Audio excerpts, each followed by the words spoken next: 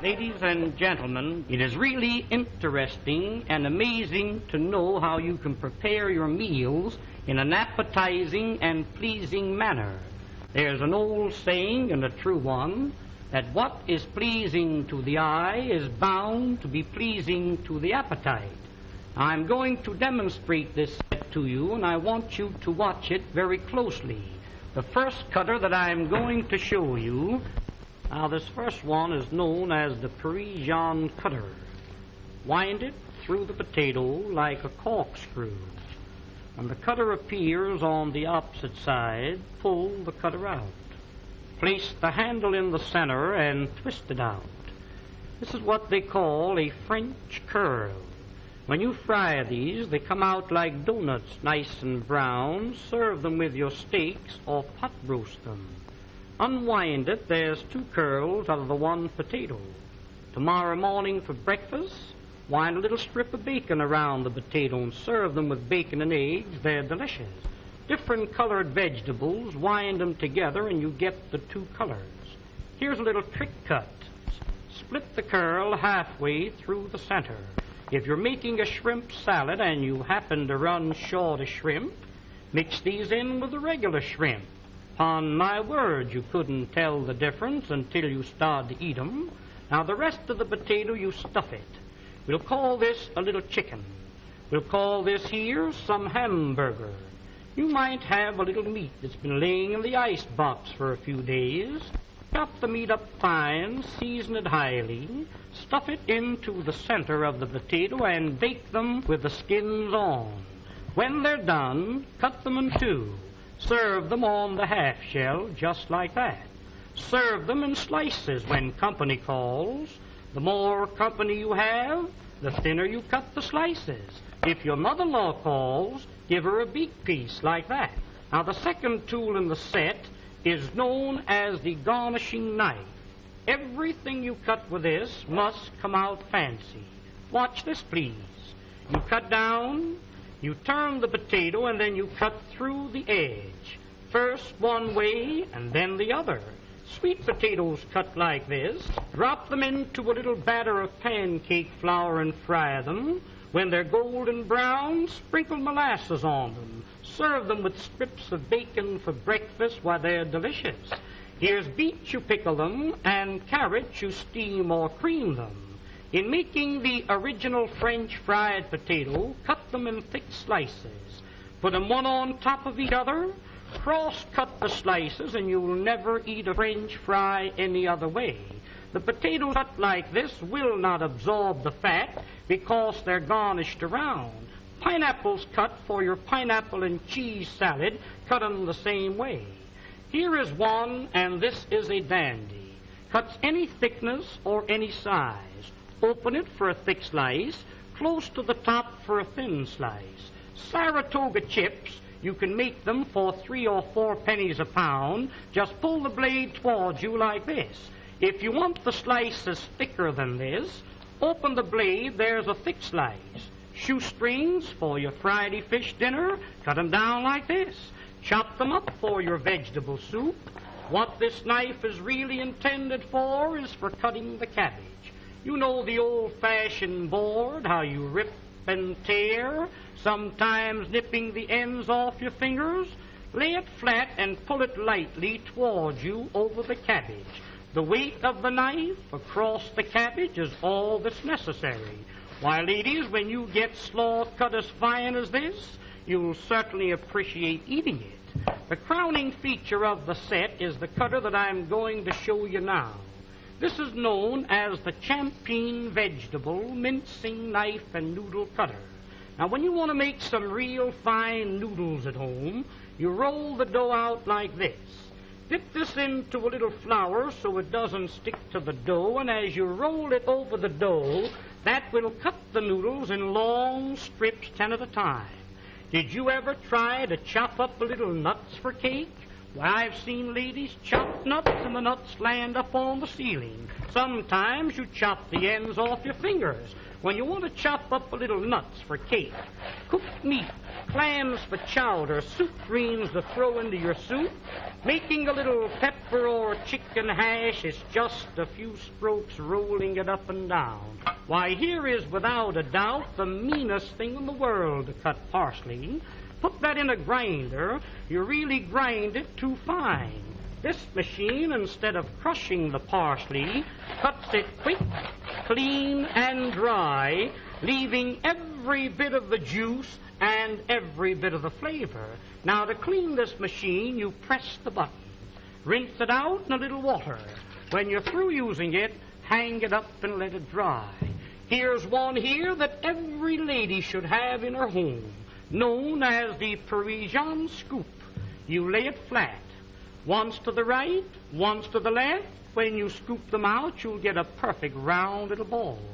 You can pot roast these. Cut them out of cheese or cut them out of butter. When you're serving a fruit cocktail in the summertime, take your fresh cantaloupe, scoop them out like this, mix them with apples, pears, and watermelons, makes a delicious fruit cocktail served with a little cracked ice like you see here. But here's a tool, ladies, if you ever do get it, you'll thank the day you've seen this demonstration. When you press, it locks. It's like a pair of human hands. Reach in the oven and take the biscuits out of the oven. Ever take the hot potatoes out of the oven and burn yourself on the elbow? A roast chicken out of the oven, a piece of meat out of the pot, spinach, asparagus out of the water. Why, around canning season, when you're preserving the fruits, to take the hot fruit jars out of the water like that, that machine is worth dollars to you. And here's another one that I really know you'll enjoy having in your kitchen, known as the safety grater. No doubt you're familiar with the old-fashioned grater. I've seen ladies take a grater and rip the knuckles off. When you want to grate up potatoes for delicious potato pancakes, this has a smooth, flat edge, impossible to cut yourself.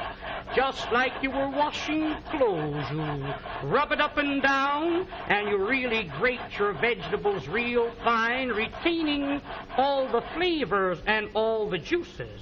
Breadcrumbs for when you're serving veal cutlets or anything like that. You want a little breadcrumbs to fry your fish in? Why, there's the greatest proposition in the world. Use that for coconut, cheese, or horseradish. When you're through with it, just hit it down like that. That knocks all the food out. Rinse it out in a little water and hang it up and let it dry. Now, here is a stone made of carborundum and sapphire quartz, which is made purposely to keep these knives sharp. When they get dull, a few strokes over the edge like this, and you can put a keen cutting edge on it.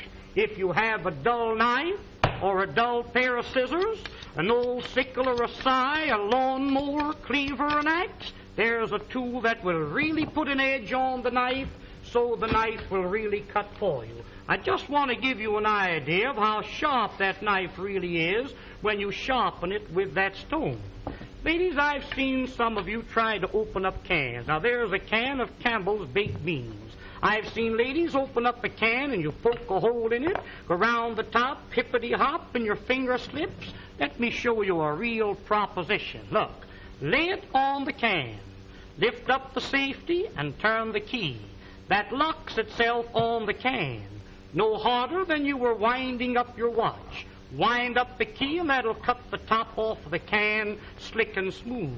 Notice how the end raises itself up in the air so you can lift the lid off, giving you a clean, smooth edge. Now, that can be used for sardine cans, square cans, or round cans, exactly the same way.